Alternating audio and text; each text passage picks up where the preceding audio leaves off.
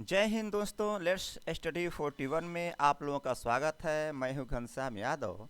दोस्तों, मेरे द्वारा आप लोगों को ऑल कंपटीशन से संबंधित प्रश्नों को हल कराया जा रहा है और जिसमें दोस्तों सबसे पहले मेरे द्वारा आप लोगों को भारत के प्राचीन इतिहास के बारे में बताया जा रहा है। और दोस्तों, भारत के प्राचीन इतिहास के बारे में जो हम आप लोगों को बता रहे हैं यानी पढ़ा रहे हैं, उसमें सबसे पहले भारत के प्राचीन इतिहास में स्रोत के बारे में बताया जा रहा है।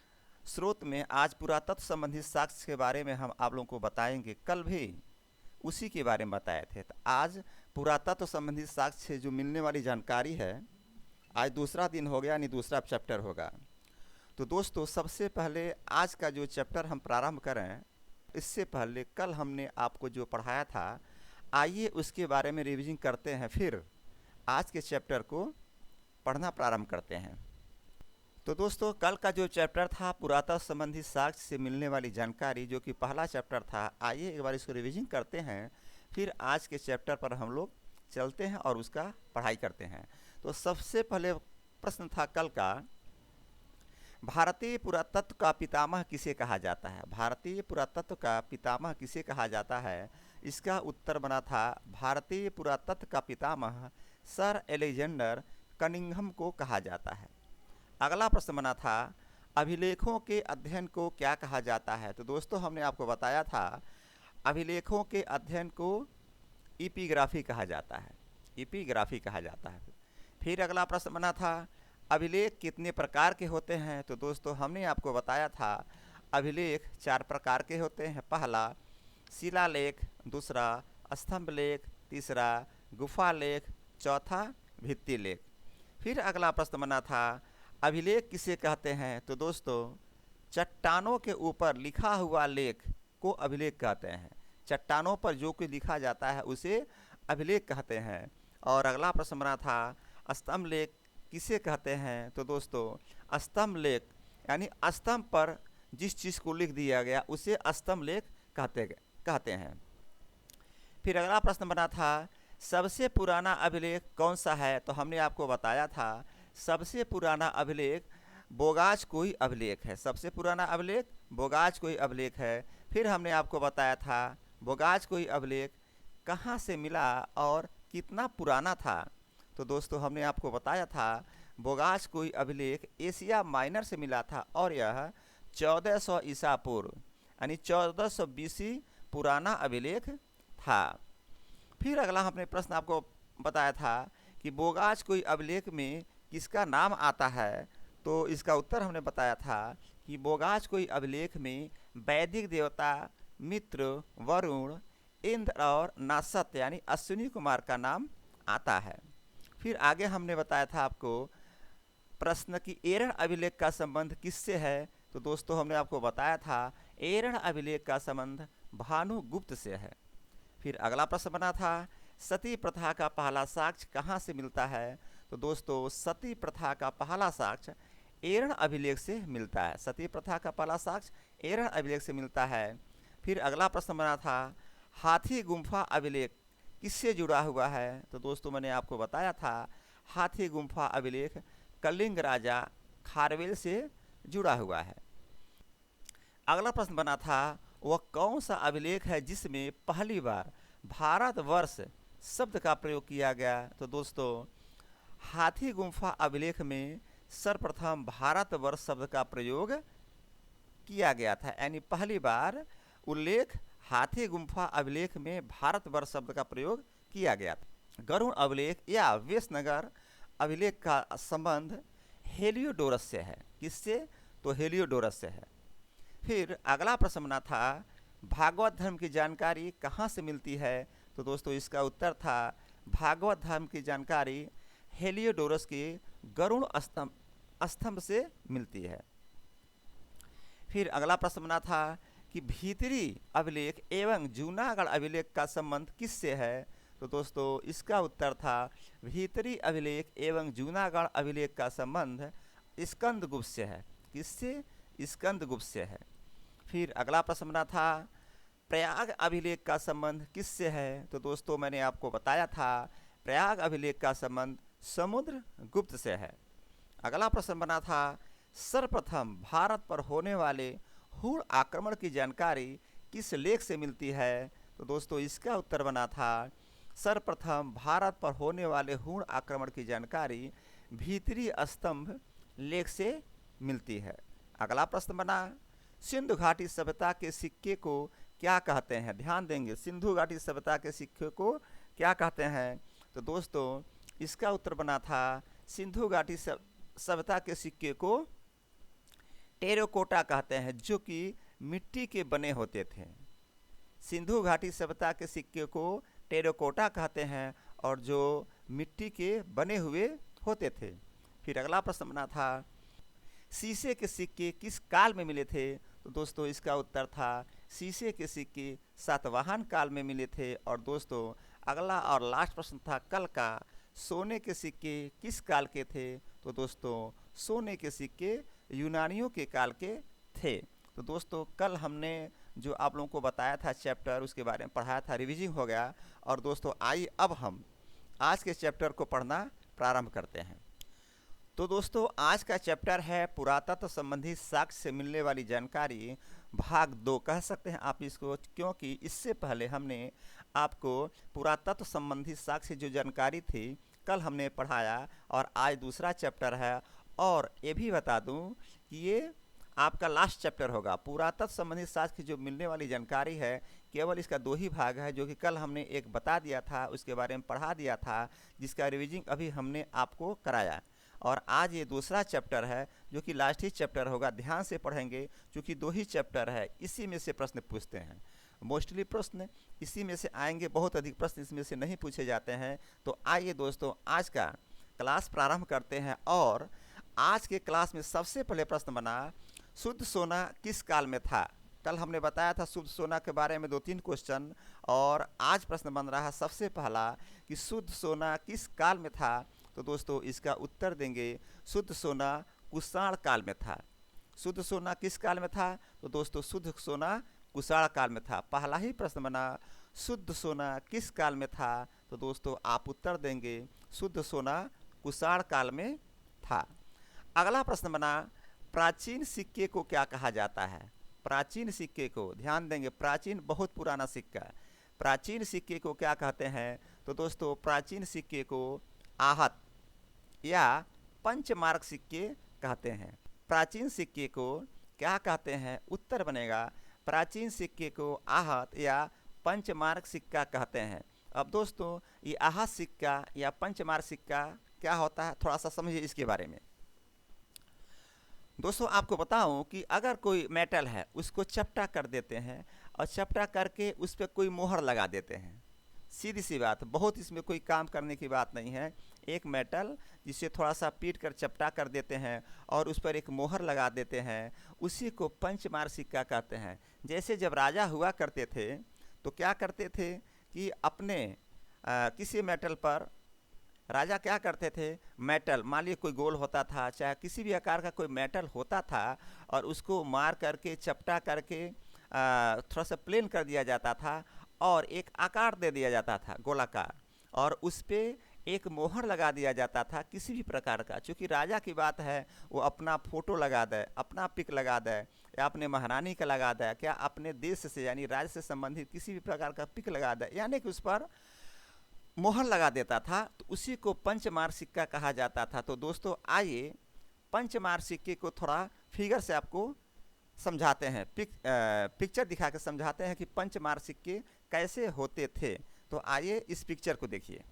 तो दोस्तों देखिए आपके सामने एक स्क्रीन है और इसमें वर्गाकार प्रकार का आपको कुछ दिख रहा है चपटा सा, और इस पर मोहर लगा हुआ है, सिर्फ मोहर लगा हुआ है, इस पर कुछ लिखा नहीं गया है। तो इसी को हम लोग पंचमार्क सिक्का कहते हैं।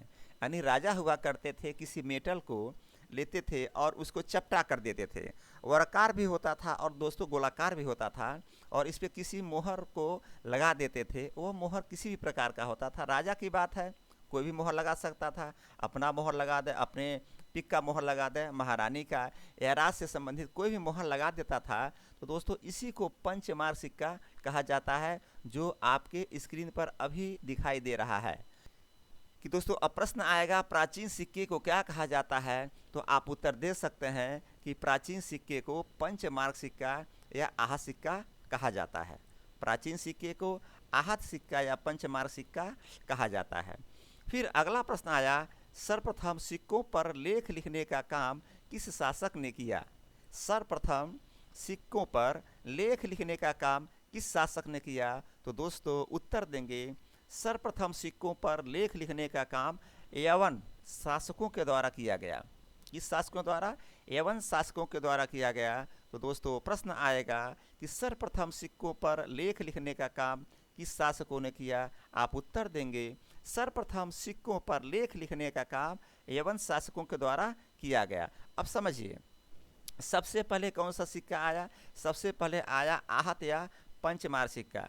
तो उस पर क्या था कि एक मोहर लगा दिया जाता था, बस, इसके अलावा उस पर कोई लेख नहीं लिखा जाता था।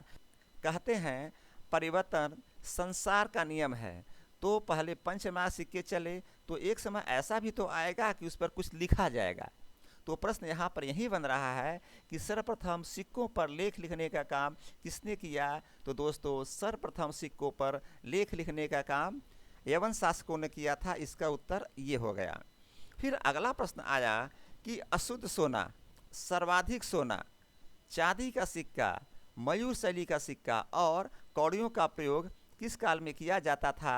तो दोस्तों इसका उत्तर देंगे अशुद्ध सोना, सर्वाधिक सोना, चांदी, मयूर शैली का सिक्का और कौड़ियों का प्रयोग गुप्त काल में किया जाता था। किस काल में किया जाता था? गुप्त काल में।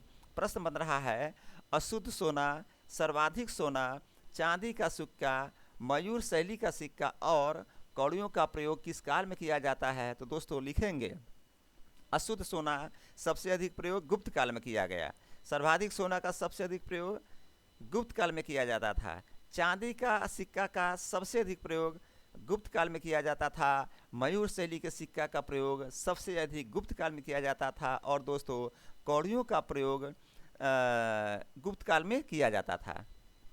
तो दोस्तों प्रश्न बना अशुद्ध सोना, सर्वाधिक सोना, चांदी का सिक्का, मयूर शैली का सिक्का और कौड़ियों का प्रयोग किस काल में किया जाता था। तो दोस्तों आप लिखेंगे अशुद्ध सोना का प्रयोग गुप्त काल में किया जाता था, सर्वाधिक सोना का प्रयोग गुप्त काल में किया जाता था, चांदी के सिक्के का प्रयोग गुप्त काल में किया जा रहा है, मयूर शैली का सिक्के का प्रयोग गुप्त काल में किया जा रहा है और कौड़ियों का प्रयोग भी गुप्त काल में किया जा रहा है। तो उत्तर देंगे अशुद्ध सोना, सर्वाधिक सोना, चांदी का सिक्का, मयूर शैली का सिक्के का और कौड़ियों का प्रयोग गुप्त काल में किया जाता था। दोस्तों आइए मैं आपको कौड़ी दिखाता हूँ किस प्रकार का होता था।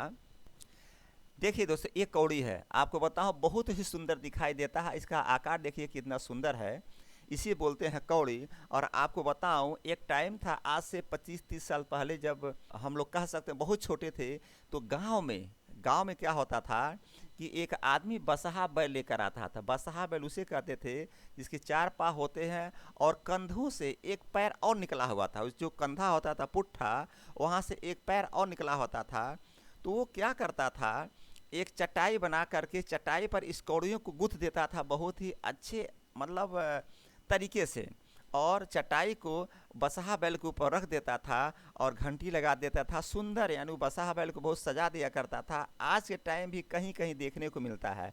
और इन कौड़ियों को लेकर के वो चलता था, यानी कि उस पर चटाई लगाता था और चटाई बना करके बैल के ऊपर रख देता था और दरवाजे दरवाजे जाता था और भिक्षा मांगता था। और इस कौड़ी का प्रयोग हम लोग करते थे बचपन में कि उससे मांग लिया करते थे। और जब कोई चित्र बनाते थे दोस्तों, पिक्चर बनाते थे, डायग्राम, तो क्या करते, इस कौड़ी से उस चित्र को रगड़ते थे तो बहुत ही उसमें शाइनिंग आ जाती थी, लाइट आ जाती थी। तो दोस्तों ये कौड़ी है, आप देखेंगे इसी को कौड़ी कहते हैं। इतिहास में भी आगे चलेंगे तो दोस्तों आदान प्रदान का एक टाइम ऐसा आएगा जैसे इसमें पैसे का प्रयोग होता है, उस समय कौड़ियों का प्रयोग होता था पुराने समय में। तो दोस्तों देखिए ये है कौड़ी, आपको मैं पिक्चर के माध्यम से समझा दिया, इसे कहते हैं कौड़ी। फिर चलिए आगे हम बढ़ते हैं अगले प्रश्न पे। तो दोस्तों हमने अभी आपको कौड़ियों को दिखाया कि कौड़ी किस प्रकार की होती है, बहुत ही सुंदर लगता है कौड़ी। तो चलिए अब आगे हम अगला प्रश्न देखते हैं क्या बनता है। अगला प्रश्न बन रहा है चमड़े का सिक्का और रुपया किसने चलवाया था? चमड़े का सिक्का और रुपया किसने चलवाया था? तो दोस्तों चमड़े का सिक्का हुमायूं ने और रुपया शेर शाह सूरी के द्वारा चलवाया गया था। चमड़े के सिक्कों को कौन चलवा रहा है? हुमायूं चलवा रहा है। और रुपये को कौन चलवा रहा है? शेर शाह सूरी द्वारा चलवाया जा रहा है। तो प्रश्न बन रहा है चमड़े का सिक्का और रुपया किसने चलवाया था? तो दोस्तों आप उत्तर देंगे चमड़े को सिक्कों को हुमायूं के द्वारा चलवाया गया और रुपया शेर शाह सूरी के द्वारा चलवाया गया था। चमड़े का सिक्का हुमायूं और रुपये का सिक्का शेर शाह सूरी के द्वारा चलवाया गया था। तो दोस्तों प्रश्न आएगा चमड़े का सिक्का किसके द्वारा चलवाया गया? आप उत्तर देंगे हुमायूं के द्वारा। अगला प्रश्न आया रुपये का चलन यानी रुपया किसने चलवाया? तो उत्तर देंगे शेर शाह सूरी ने चलवाया था। फिर अगला प्रश्न बना शेर शाह सूरी ने गरीबों के लिए किस चीज़ को प्रचलन में लाया? शेर शाह सूरी ने गरीबों के लिए किस चीज़ को प्रचलन में लाया था? तो दोस्तों उत्तर देंगे शेर शाह सूरी ने गरीबों के लिए दाम का प्रयोग किया, यानी दाम को प्रचलन में लाया। ध्यान देंगे दाम। आज भी गाँव में, बिहार में और यूपी में अगर कोई व्यक्ति कहीं दुकान पर जाता है गाँव के, तो कहता है, ये नहीं कहता कितना पैसे हुए इसके, चाहे इसका कितना कीमत हुआ, बोलता है इसका दाम क्या है, ज़रा दाम बता दीजिए। तो आज भी कहीं कहीं प्रचलन में ये दाम आता है। गांव में चाहे यूपी का हो चाहे बिहार में, यहाँ मोस्टली मिल ही जाता है। कोई बच्चा गया दुकान पर तो बोला भैया इसका दाम क्या है। चाहे कोई ठेले वाला आता है कोई सामान बेचने के लिए, तो लोग पूछते हैं भैया ज़रा दाम बता दीजिए, तो बोलता भैया ये दाम है। तो आज भी प्रचलन में कहीं न कहीं दाम का प्रयोग किया जाता है। तो यहाँ पर यही प्रश्न बन रहा है कि शेर शाह सूरी ने गरीबों के लिए किस चीज़ को प्रचलन में लाया था? तो उत्तर बन रहा है शेर शाह सूरी ने गरीबों के लिए दाम को प्रचलन में लाया था। किसको? दाम को। फिर अगला प्रश्न बना दाम किस का बना होता था? दाम किस चीज़ का बना होता था? तो दोस्तों दाम तांबे का बना होता था। दाम किस चीज़ का बना होता था? तो दोस्तों दाम तांबे का बना होता है। तो दाम से संबंधित दो प्रश्न आया यहाँ पे।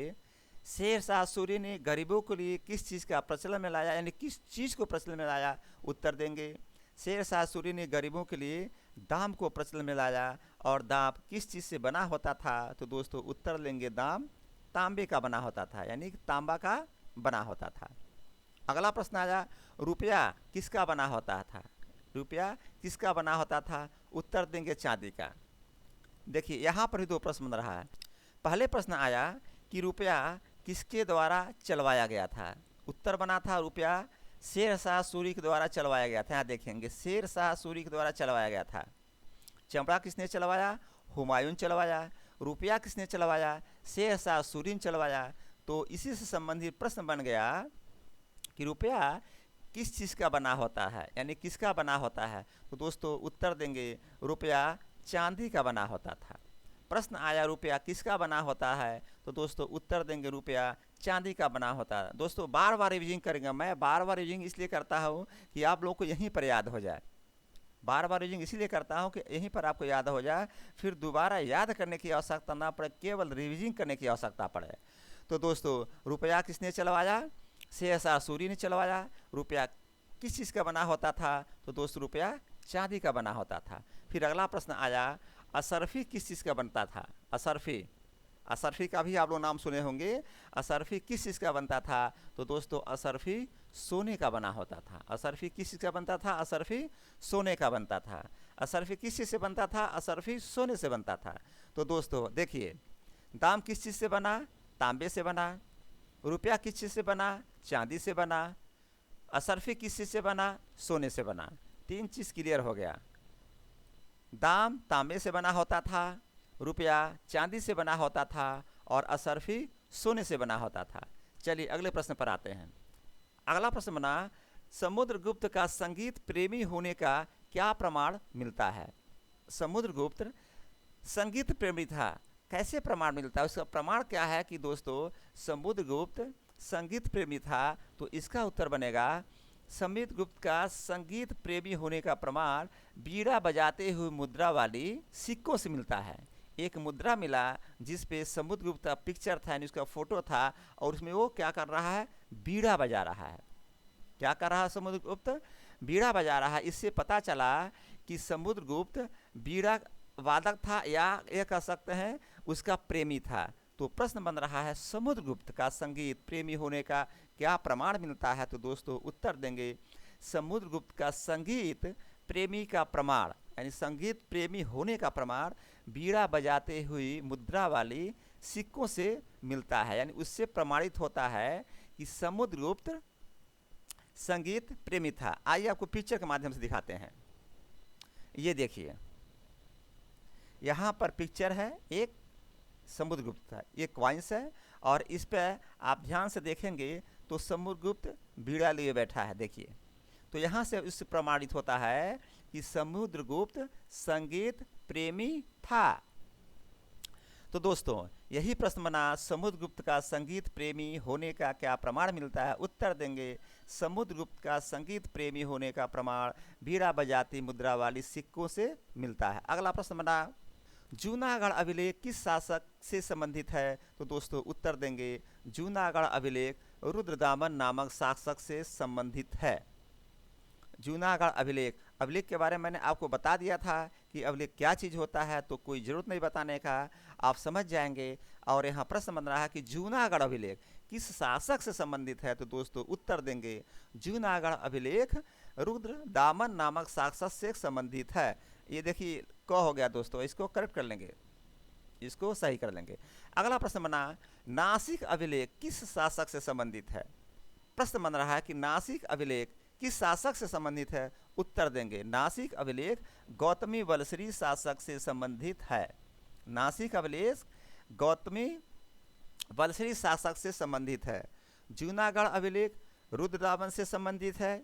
नासिक अभिलेख गौतमी वलश्री शासक से संबंधित है। अगला प्रश्न बना मंदसौर अभिलेख किस शासक से संबंधित है? उत्तर देंगे मंदसौर अभिलेख मालवा नरेश यशोवर्मन से संबंधित है। मंदसौर अभिलेख मालवा नरेश यशोवर्मन से संबंधित है। 3 प्रश्न आ गया। जूनागढ़ अभिलेख किससे संबंधित? तो दोस्तों रुद्रदामन से संबंधित। नासिक अभिलेख किससे संबंधित है? गौतमी वलश्री से संबंधित है। मंदसौर अभिलेख किससे संबंधित है? तो दोस्तों मंदसौर अभिलेख मालवा नरेश यशोवर्मन से संबंधित है। अगला प्रश्न आ गया ग्वालियर अभिलेख किस शासक से संबंधित है? उत्तर देंगे ग्वालियर अभिलेख प्रतिहार नरेश भोज से संबंधित है। ग्वालियर अभिलेख किस शासक से संबंधित है? दोस्तों उत्तर देंगे ग्वालियर अभिलेख प्रतिहार नरेश भोज से संबंधित है। प्रतिहार नरेश भोज से संबंधित है। अगला प्रश्न बना देवपाड़ा अभिलेख किस शासक से संबंधित है? दोस्तों इसका उत्तर होगा देवपाड़ा अभिलेख बंगाल शासक विजय सेन से संबंधित है। देवपाड़ा अभिलेख बंगाल शासक विजय सेन से संबंधित है। ग्वालियर अभिलेख प्रतिहार नरेश भोज से संबंधित है। देवपाड़ा अभिलेख बंगाल शासक विजय सेन से संबंधित है।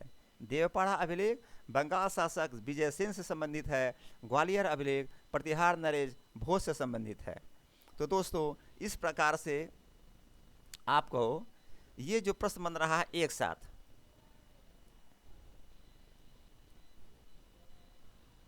आइए एक बार और रीडिंग करते हैं ताकि यहीं पर याद हो जाए। जूनागढ़ रुद्रदामन से संबंधित है। नासिक अभिलेख गौतमी वलश्री शासक से संबंधित है। मंदसौर अभिलेख मालवा नरेश यशोवर्मन से संबंधित है। ग्वालियर अभिलेख प्रतिहार नरेश भोज से संबंधित है। देवपाड़ा अभिलेख बंगाल शासक विजय सेन से संबंधित है। चलिए अब अगला प्रश्न पर आते हैं। उत्तर भारत के मंदिर की कला को क्या कहते हैं? उत्तर भारत के मंदिरों की कला को क्या कहते हैं? तो दोस्तों उत्तर भारत के मंदिरों की कला को नागर शैली कहते हैं। यह कह सकते हैं जो उत्तर भारत में मंदिरों का निर्माण किया जाता था तो दोस्तों नागर शैली में किया जाता था। उत्तर भारत के मंदिरों का निर्माण किस शैली में किया जाता था? तो दोस्तों नागर शैली में किया जाता था। प्रश्न यही बन रहा है कि उत्तर भारत के मंदिरों को कला को क्या कहते हैं? दोस्तों उत्तर देंगे उत्तर भारत के मंदिरों की कला को नागर शैली कहते हैं। और मैं आपको बता दूं अभी जो भगवान राम का मंदिर बना है दोस्तों वो नागर शैली में ही बना है। किस शैली में बना है? नागर शैली में बना है। आइए चित्र के माध्यम से थोड़ा सा मैं प्रकाश डालूं ताकि आपको तरीके से समझ में आ जाए कि नागर शैली का मतलब क्या होता है। तो आइए चित्र के माध्यम से आपको मैं समझाता हूँ।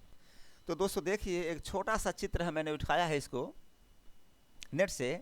ये नागर शैली का मंदिर है, ध्यान देंगे आप लोग। इसमें क्या होता है, सबसे पहले एक चबूतरा होता है। देखिए यहाँ से लेकर के यहाँ तक नीचे जो लंबा सा चबूतरा होता है, और चबूतरे पर ही मंदिर का निर्माण किया जाता है।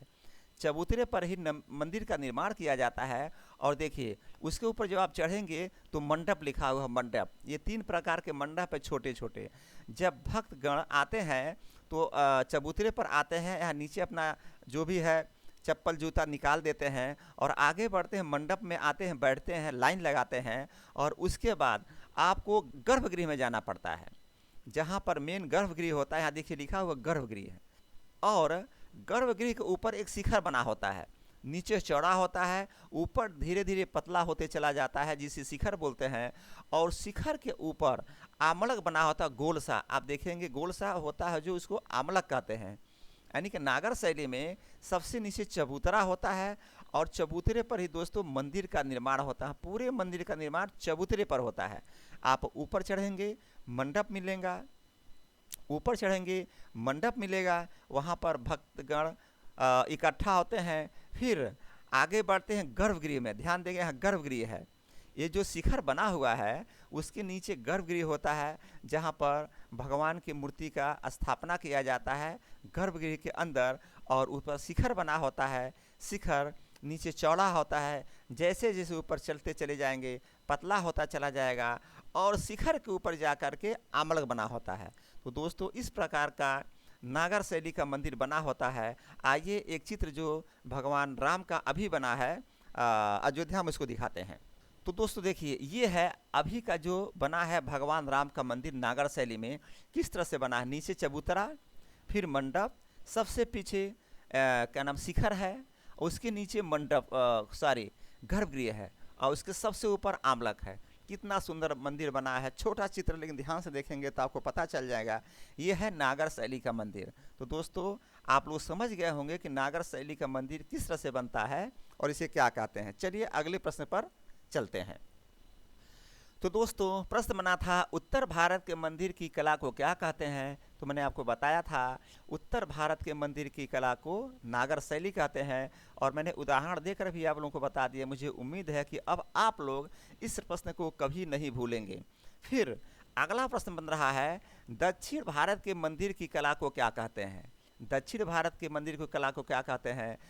तो दोस्तों दक्षिण भारत में जो मंदिर पाए जाते हैं उसे द्रविड़ शैली कहते हैं। यानी दक्षिण भारत में जो मंदिर बनते हैं वो मंदिर द्रविड़ शैली में बनते हैं। तो दोस्तों यहाँ प्रश्न बन रहा है दक्षिण भारत के मंदिरों की कला को क्या कहते हैं। तो आप उत्तर लिखेंगे दक्षिण भारत के मंदिर की कला को द्रविड़ शैली कहते हैं। तो आइए द्रविड़ शैली को भी एक पिक्चर के माध्यम से यानी चित्र के माध्यम से आपको समझाते हैं, ताकि आराम से समझ में आएगा। अभी मैंने आपको नागर शैली के बारे में बताया, अब देखिए कि द्रविड़ शैली में जो मंदिर बने होते हैं किस प्रकार से बने होते हैं। तो आइए दोस्तों इसको भी चित्र के माध्यम से समझते हैं।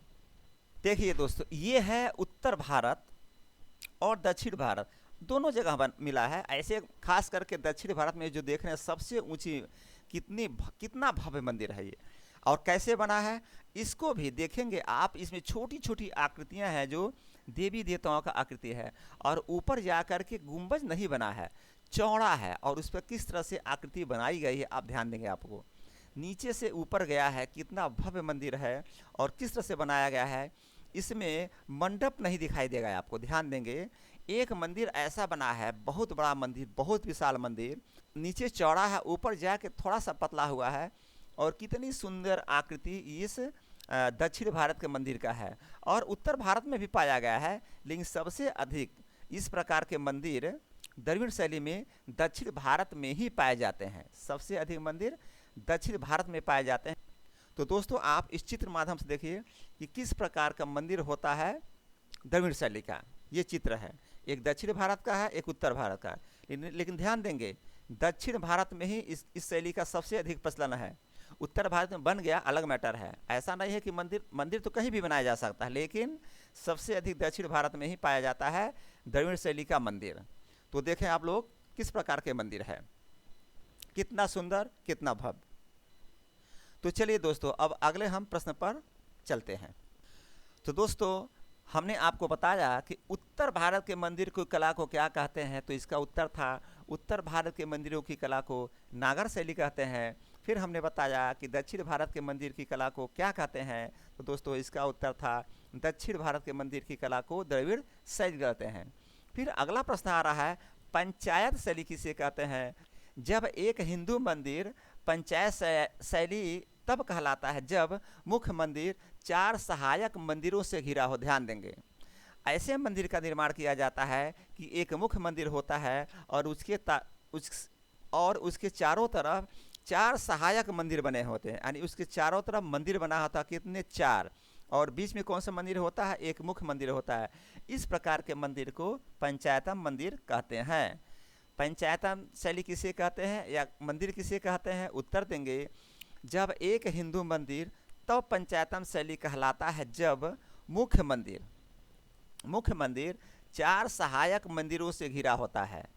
मुख्य मंदिर को 4 सहायक मंदिरों से घिरा होता है, यानी मुख्य मंदिर बना, फिर चारों तरफ एक एक करके 4 सहायक मंदिर बने हो, उसे कहते हैं पंचायतम मंदिर। आइए इसका भी उदाहरण हम लोग पिक्चर के माध्यम से देखते हैं, तो दोस्तों क्लियर हो जाएगा कि पंचायतम शैली किसे कहते हैं। देखिए दोस्तों, यहाँ पर एक मुख्य मंदिर है, आप देखेंगे गर्भगृह इसमें भी होता है और इसमें भी शिखर बना हुआ है। ध्यान से देखेंगे, इसमें भी ऊपर जाके आमलक है, उसके बाद ऊपर कलश है और यही मेन मंदिर है, उसके नीचे गर्भगृह है। और देखेंगे यहाँ पर चारों तरफ मंदिर बना है, 1 2 3 और इसके पीछे मंदिर बना है वो 4, यानी ये पंचायतम शैली 4 प्रकार के मंदिर इसको घेरे हुए हैं। और लास्ट में मेन मंदिर बना हुआ है जिसमें गर्भगृह होता है और शिखर है, उसके ऊपर आमलक है और सबसे ऊपर कलश है। ये मुख्य मंदिर हुआ, लेकिन इस मंदिर को 4 मंदिर चारों तरफ से घेरे हुए हैं। इस प्रकार के मंदिर को पंचायतम मंदिर कहते हैं या पंचायतम शैली से बना हुआ मंदिर कहते हैं। तो दोस्तों आइए अब अगले प्रश्न पर चलते हैं। उदाहरण के माध्यम से मैंने आप लोगों को समझा दिया कि पंचायतम शैली किसे कहते हैं। तो दोस्तों अभी आपने देखा उत्तर भारत के मंदिरों की कला को क्या कहते हैं, इसका उत्तर होगा उत्तर भारत के मंदिरों की कला को नागर शैली कहते हैं। फिर अगला प्रश्न बना, दक्षिण भारत के मंदिर को क्या कहते हैं, तो दोस्तों इसका उत्तर बना दक्षिण भारत के मंदिर की कला को द्रविड़ शैली कहते हैं। और पंचायतम शैली किसे कहते हैं, तो दोस्तों जब एक हिंदू मंदिर तब पंचायतम शैली कहलाता है जब मुख्य मंदिर 4 सहायक मंदिरों से घिरा हो। और दोस्तों तीनों को मैंने पिक्चर के माध्यम से आपको उदाहरण देकर समझा दिया। मुझे उम्मीद है कि आप लोग ज़िंदगी में इस तीनों मंदिर की कला को नहीं भूलेंगे। तो आइए अगले प्रश्न पर चलते हैं। अगले प्रश्न क्या बन रहा है, सबसे पहले भारत का संबंध किससे हुआ, तो दोस्तों उत्तर है सबसे पहले भारत का संबंध बर्मा से, मलाया से, कंबोडिया से और जावा से हुआ था। प्रश्न आ रहा है सबसे पहले भारत का संबंध किससे हुआ, तो दोस्तों उत्तर लेंगे सबसे पहले भारत का संबंध बर्मा से हुआ, मलाया से हुआ, कंबोडिया से हुआ और दोस्तों जावा से हुआ। किससे संबंध बन रहा है, बर्मा से, मलाया से, कंबोडिया से और जावा से। सबसे पहले भारत का संबंध बर्मा से, मलाया से, कंबोडिया से और जावा से हुआ। प्रश्न आएगा सबसे पहले भारत का संबंध किससे हुआ, उत्तर देंगे सबसे पहले भारत का संबंध है बर्मा से, मलाया से, कंबोडिया से और जावा से हुआ था। अगला प्रश्न बना, म्यांमार का पुराना नाम क्या था, दोस्तों उत्तर देंगे म्यांमार का पुराना नाम स्वर्ण भूमि था। ध्यान देंगे हर चीज़ का 1 2 2 नाम होते हैं, 3 3 नाम होते हैं। तो यहाँ पर पुराना नाम म्यांमार के बारे में पूछ रहा है कि म्यांमार का पुराना नाम क्या था। म्यांमार का पुराना नाम क्या था, तो दोस्तों म्यांमार का पुराना नाम स्वर्ण भूमि था। ध्यान देंगे और प्रेजेंट टाइम में नाम म्यांमार है, यानी कि अभी का नाम म्यांमार है। और इसी म्यांमार का पुराना नाम क्या था, उत्तर देंगे म्यांमार का पुराना नाम स्वर्ण भूमि था। अगला प्रश्न बना, कंबोडिया का पुराना नाम क्या था। जैसे म्यांमार का पुराना नाम था उसी तरह से कंबोडिया का भी नाम कुछ तो कुछ रहा होगा। तो दोस्तों कंबोडिया का पुराना नाम कंबोज था। क्या था, कंबोज। कंबोडिया का पुराना नाम क्या था, कंबोज। म्यांमार का पुराना नाम स्वर्ण भूमि। म्यांमार का पुराना नाम स्वर्ण भूमि, कंबोडिया का पुराना नाम कंबोज। अगला प्रश्न, जावा का पुराना नाम क्या था, तो दोस्तों जावा का पुराना नाम यवद्वीप था। क्या था, यवद्वीप। जावा का पुराना नाम क्या था? एवद्वीप। कंबोडिया का पुराना नाम कंबोज। म्यांमार का पुराना नाम स्वर्णभूमि। जावा का पुराना नाम एवद्वीप। प्रश्न आएगा जावा का पुराना नाम क्या था? उत्तर देंगे जावा का पुराना नाम एवद्वीप था। फिर अगला प्रश्न आया मलाया का पुराना नाम क्या था? तो दोस्तों मलाया का पुराना नाम स्वर्णद्वीप था। जावा का पुराना नाम एवद्वीप था, मलाया का पुराना नाम स्वर्णद्वीप। प्रश्न आएगा मलाया का पुराना नाम क्या था? दोस्तों आप उत्तर देंगे मलाया का पुराना नाम स्वर्णद्वीप था। तो दोस्तों इसको आइए एक बार और रिवीजन करते हैं। प्रश्न आएगा म्यांमार का पुराना नाम क्या था? उत्तर देंगे म्यांमार का पुराना नाम स्वर्णभूमि था। कंबोडिया का पुराना नाम क्या था? उत्तर देंगे कंबोडिया का पुराना नाम कंबोज था। जावा का पुराना नाम क्या था? उत्तर देंगे जावा का पुराना नाम एवद्वीप था। मलाया का पुराना नाम क्या था? उत्तर देंगे मलाया का पुराना नाम स्वर्णद्वीप था। म्यांमार का पुराना नाम स्वर्णद्वीप, कंबोडिया का पुराना नाम कंबोज, जावा का पुराना नाम एवद्वीप, मलाया का पुराना नाम स्वर्णद्वीप। मुझे उम्मीद है कि अब आप लोग इसको पक्का नहीं भूलेंगे, कई बार मैंने रिवीजन कर दिया। तो दोस्तों आइए एक बार और जो आज हम लोग चैप्टर पढ़े हैं इसको दोहराते हैं यानी रिवीजन करते हैं ताकि पूरी तरह से आज का चैप्टर कंठस्थ हो जाए। तो आइए दोस्तों एक बार और रिवीजन करते हैं आज के चैप्टर को। तो दोस्तों आज के चैप्टर में सबसे पहला प्रश्न बना था शुद्ध सोना किस काल में था? उत्तर देंगे शुद्ध सोना कुषाण काल में था। अगला प्रश्न बना था प्राचीन सिक्के को क्या कहा जाता है? इसका उत्तर बना था प्राचीन सिक्के को आहत या पंचमार सिक्का कहा जाता है। और दोस्तों ये पंचमार सिक्के क्या होते थे मैंने आपको पिक्चर के माध्यम से यानी चित्र के माध्यम से समझा दिया था। अगला प्रश्न बना सर्वप्रथम सिक्कों पर लेख लिखने का काम किस शासक ने किया था? तो दोस्तों इसका उत्तर बना था सर्वप्रथम सिक्कों पर लेख लिखने का काम यवन शासकों ने किया था। किस शासकों ने? यवन शासकों ने किया था। मैंने आपको बताया था सबसे पहले ऐसे सिक्के आए थे कि उस पर कोई लेख नहीं लिखा जाता था, केवल मोहर मार दिया जाता था। लेकिन दोस्तों समय बदला और आगे चल के यवन शासक आए और उस पर लेख लिखने का काम प्रारंभ कर दिया। अगला प्रश्न बना था अशुद्ध सोना, सर्वाधिक सोना, चांदी का सिक्का, मयूर शैली का सिक्का और कौड़ियों का प्रयोग किस काल में किया जाता था? तो हमने आपको बताया था अशुद्ध सोना, सर्वाधिक सोना, चांदी का सिक्का, मयूर शैली का सिक्का और कौड़ियों का प्रयोग गुप्त काल में किया जाता था। गुप्त काल में किया जाता था। अगला प्रश्न बना था चमड़े का सिक्का और रुपया किसके शासन में चलवाया गया यानी किसने चलवाया? तो दोस्तों इसका उत्तर हमने आपको बताया था चमड़े का सिक्का हुमायूं चलवाया था और रुपये शेरशाह सूरी के द्वारा चलवाया गया था। चमड़े का सिक्का हुमायूं चलवाया और रुपया शेरशाह सूरी ने चलवाया था। अगला प्रश्न बना था शेरशाह सूरी ने गरीबों के लिए किस चीज़ को प्रचलन में लाया था? इसका उत्तर बना था शेरशाह सूरी ने गरीबों के लिए दाम को प्रचलन में लाया था। फिर अगला प्रश्न बना था दाम किसका बना होता था? उत्तर हमने बताया था दाम तांबे का बना होता था। प्रश्न आया था अगला रुपया किसका बना होता था? तो दोस्तों रुपया चांदी का बना होता था। फिर अगला प्रश्न आया था असरफी किसका बना होता था? तो दोस्तों असरफी सोने का बना होता था। दाम तांबे का बना होता था, रुपया चांदी का बना होता था और असरफी सोने का बना होता था। अगला प्रश्न आया समुद्रगुप्त का संगीत प्रेमी होने का क्या प्रमाण मिलता है? तो दोस्तों समुद्रगुप्त का संगीत प्रेमी होने का प्रमाण बीड़ा बजाती मुद्रा वाली सिक्कों से प्रमाण मिलता है। समुद्रगुप्त का संगीत प्रेम होने का प्रमाण बीड़ा बजाती मुद्रा वाली सिक्कों से मिलता है। अगला प्रश्न बना जूनागढ़ अभिलेख किस शासक से संबंधित है? मैंने आपको बताया था जूनागढ़ अभिलेख रुद्रदामन नामक शासक से संबंधित है। अगला प्रश्न बना था नासिक अभिलेख किससे संबंधित है? मैंने आपको बताया था नासिक अभिलेख गौतम वैशली शासक से संबंधित है। अगला प्रश्न बना था मंदसौर अभिलेख किससे संबंधित है यानी किस शासक से संबंधित है? दोस्तों उत्तर बना था मंदसौर अभिलेख मालवा नरेश यशोवर्धन से संबंधित है। अगला प्रश्न बना था ग्वालियर अभिलेख किस शासक से संबंधित है? उत्तर बना था ग्वालियर अभिलेख प्रतिहार नरेश भोज से संबंधित है। फिर अगला प्रश्न बना था देवपाड़ा अभिलेख किस शासक से संबंधित है? तो दोस्तों इसका उत्तर बना था देवपाड़ा अभिलेख बंगाल शासक विजय सेन से संबंधित है।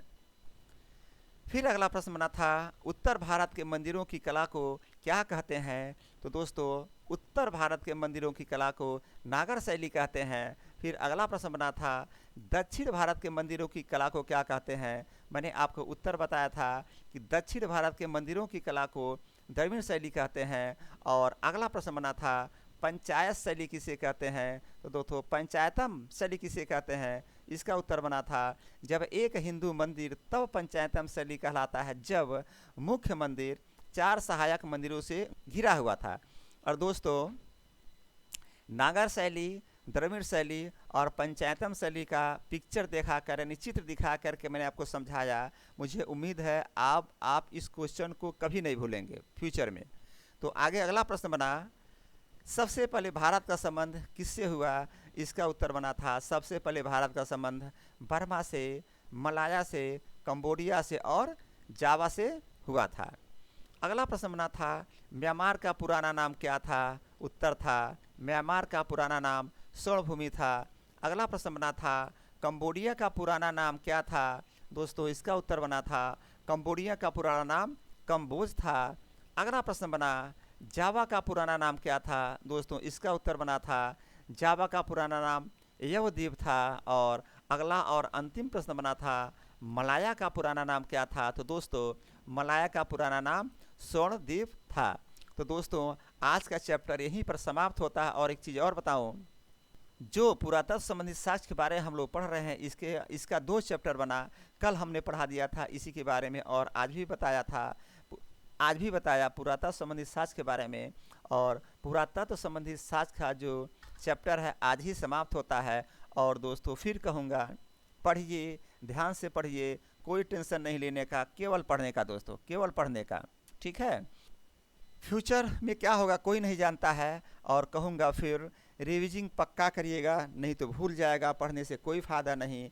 और दोस्तों मैं कहूँगा बहुत परिश्रम से पढ़ाता हूँ और बहुत ध्यान लगा के पढ़ाता हूँ। आप लोग भी ध्यान लगा के पढ़ेंगे, परिश्रम करेंगे। सफलता का एक ही मूल मंत्र है परिश्रम। कोई दोस्त लोग कहते हैं ना कि भैया ये टैक्टिस काम नहीं आता है। सफलता में केवल परिश्रम करेंगे, कोई टैक्टिस काम नहीं आएगा, परिश्रम करेंगे सफल होंगे। तो दोस्तों मेरे चैनल को सब्सक्राइब करिए, लाइक करिए और कुछ भी पूछना है तो कमेंट बॉक्स में लिख करके पूछ सकते हैं। दोस्तों यहीं पर मैं अपने क्लास को समाप्त करता हूँ, विराम कर देता हूँ। जय हिंद, जय भारत।